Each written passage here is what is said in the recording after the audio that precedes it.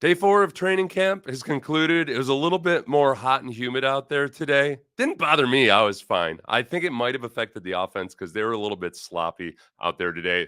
The defensive line was really coming like gangbusters into the backfield, and yet I think they're starting to push the envelope in terms of how physical you're supposed to be. I saw quite a few bull rushes, which inside I'm like, yeah, there you go, get those guys. As a coach, I might be like, all right, guys, let's pads come on tomorrow. Pads come on tomorrow. The big news on the weekend was that the Texans signed Cam Akers, the running back from the Rams originally, the Vikings last year, and now signs with the Texans as a free agent.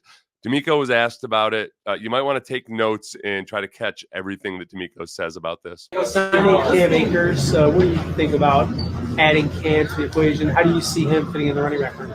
We added Cam, see if he can compete. You got it. They added Cam. They're going to see if he can compete. Look, you know the name. He burst onto the scene in 2020 with the Rams, ended up tearing his Achilles tendon early in 2021, came back the same season and contributed in the playoffs on that Super Bowl championship team.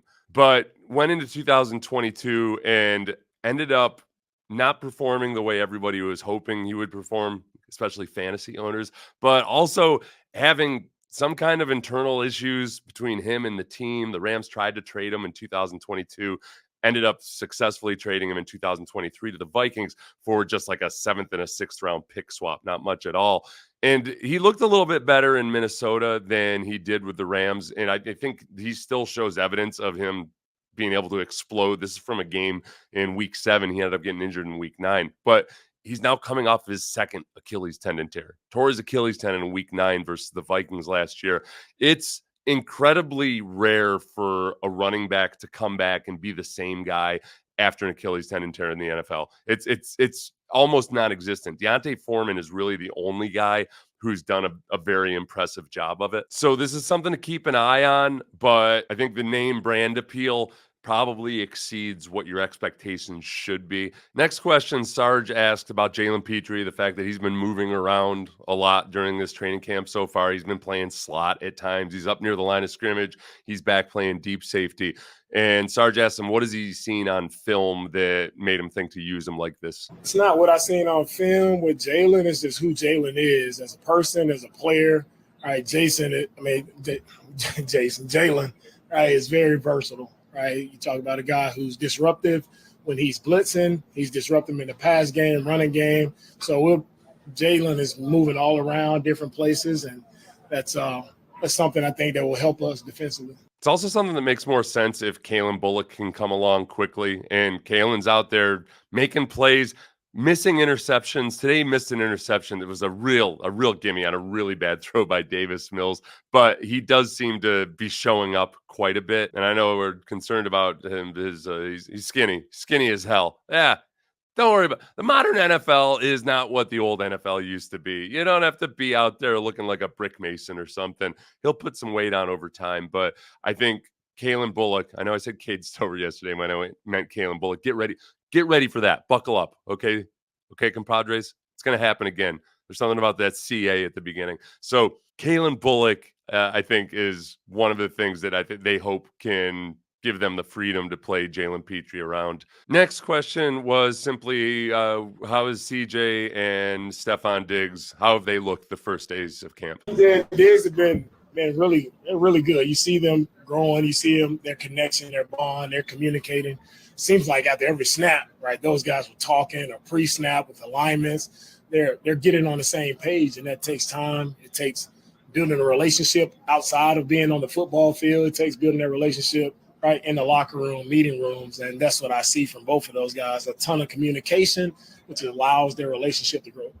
Stephon Diggs talked about this today too, and a lot about that, getting to know guys. Stephon Diggs, it was interesting. He said he wants to know the middle name. He likes to know the middle name of everybody. He just wants to genuinely get to know everybody, and care about, everybody, and that everybody on a good team should care about each other. Look, Josh Allen and Stephon Diggs were best buds for the first 2 years they were together. I don't think Stephon Diggs has like a hard time warming up to people or getting to know him. And that's what it looks like out on the field. Lots of communication, lots of Stephon Diggs helping guys coach, friendly trash talk and all that. The Stephon Diggs presser is really good. I'm going to do that later on tonight. But look, get used to it. There's going to be all kinds of speculation of like, can't Stephon Diggs handle not catching 27 passes per game? It's going to be like that. Okay? Just tune out the noise. I've been listening to all this propaganda from these fellas. They know how to tune out the noise. Next question I couldn't hear completely, but I believe he was just asked to comment on Mario Edwards, the veteran defensive lineman.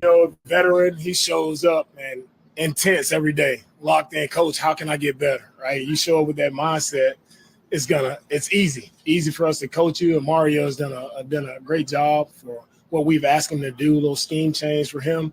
And he's taken to it well. He's taken the coaching well. Coach Rod has done a great job with him. He just adds to the versatility amongst our defensive line. And that's what we're looking for across our entire team, just versatility. As many versatile players as we can have allows us schematically, right, to mix things up a lot. Yeah, today the defense was a nickel a lot, and I saw a lot of Mario Edwards, DeMeco Autry, Tim Settle running at the defensive tackle position. When the ones were out on the field, and there's a rotation constantly. I don't read into depth charts at all, but the Texans spend a whole lot of time in nickel in more of a pass rushing formation, and those guys are going to get their time there. The thing about Tim Settle is Tim Settle's got some wiggle and can get some push in the pass game, but he's huge. Foley Fatukasi is I put together better than I thought he would be. I mean, he's a big dude, but he doesn't look like a big fatty out there. So I think there's a lot more bulk on the defensive line. I mean, you still have Khalil Davis and the other guys there. I never try to mention all of them because there's a lot of respectable defensive linemen competing for those 3 or 4 spots that they'll have on the roster. But I do think that even though they don't have guys that are likely going to be 10 plus sack producers or anything, there are a bunch of guys that can play defensive tackle, including on rundowns, depending on what the personnel is and everything, but that can also push the pocket. Now, DeMeco was asked several questions today about Kamari Lassiter, the second-round cornerback, who's been running with the ones at the right cornerback position. So I'll just play the first one he answered, which I think was pretty all-encompassing about just what has he seen from Kamari Lassiter. Kamari is showing up every day. He's quiet, but he's locked in, focused, intense, and you don't notice him much because he's always doing his job. He's always where he should be. He's always in position. He's always doing what we ask him to do. And as a rookie, that says a lot for a young guy to come in and not be noticed a lot for doing something negative. But everything has been positive with Kamari. He's exactly the guy we saw from the Georgia film, like dialed in. A lot of people call him a dog. He's a dog. He's locked in, and it'll show up even more, I think, once we get the pads on. Just remember the Georgia tape, how physical he was when it came to tackling. So encouraged with where he is, starting out such a young career, where he is right now in training camp, what he did at OTAs. I think he'll continue to ascend and get better. I know there's been a lot of hand-wringing over Kamari Lassiter's speed, and all I could tell you is that he's improved every day that he's been out there, I think, and they just threw him right into the fire, going against the ones, going against Tank Dell, going against Stephon Diggs right from the get-go. So, yeah, he had some rough snaps early on, like almost every cornerback in the league will have versus Stephon Diggs or Tank Dell or Nico Collins. Derek Stingley has had some rough snaps versus those guys because it's 2 really good players going against each other, and you're not neither is going to win 100% of the battles. And I think in terms of Lassiter's speed, some of that, Lassiter being that smart guy that DeMeco is talking about, part of him really getting acclimated to the NFL is being able to use those smarts. You need reps to see and to anticipate and do all those things. On Saturday, I saw him run step for step with Tank Dell at least once.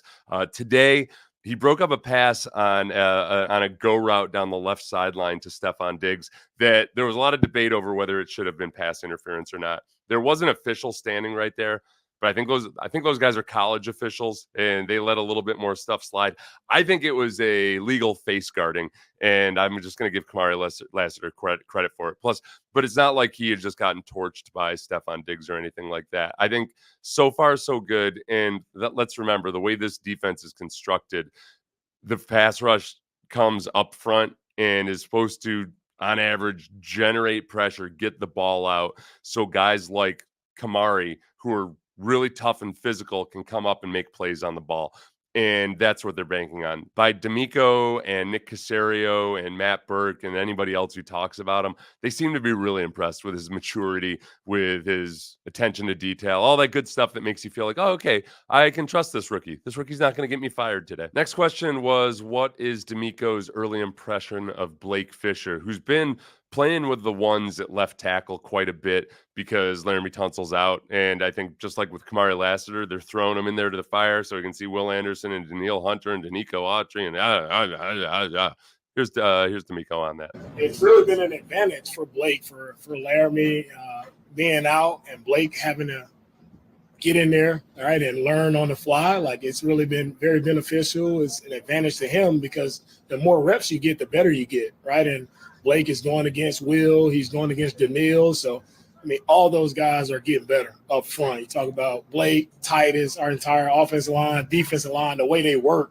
That's the hardest thing to do when you're trying to practice in a safe manner, right? The O-line and D-line, there's some give and take there, but they have to work their craft and get better. And I think both sides of the ball has done a really good job of, iron sharpening iron, really challenging each other. So I'm very pleased with the way our O-line and D-line has been working. If we're going to go over the areas of concern on the offensive line, Blake Fisher, if he's competing to be that swing tackle, that first guy in when one of the starting tackles goes down, I would say so far so good. Yeah, he's gotten beat by Will Anderson at times, but it's no pads and every good offensive tackle, like we talked about, like the aforementioned conversation about Derek Stingley versus Stephon Diggs. So the thing that I've noticed and that I think you can take from no pads practices is that Blake Fisher athletically and from a technique standpoint looks like he can mirror and stay with Will Anderson and all those other guys.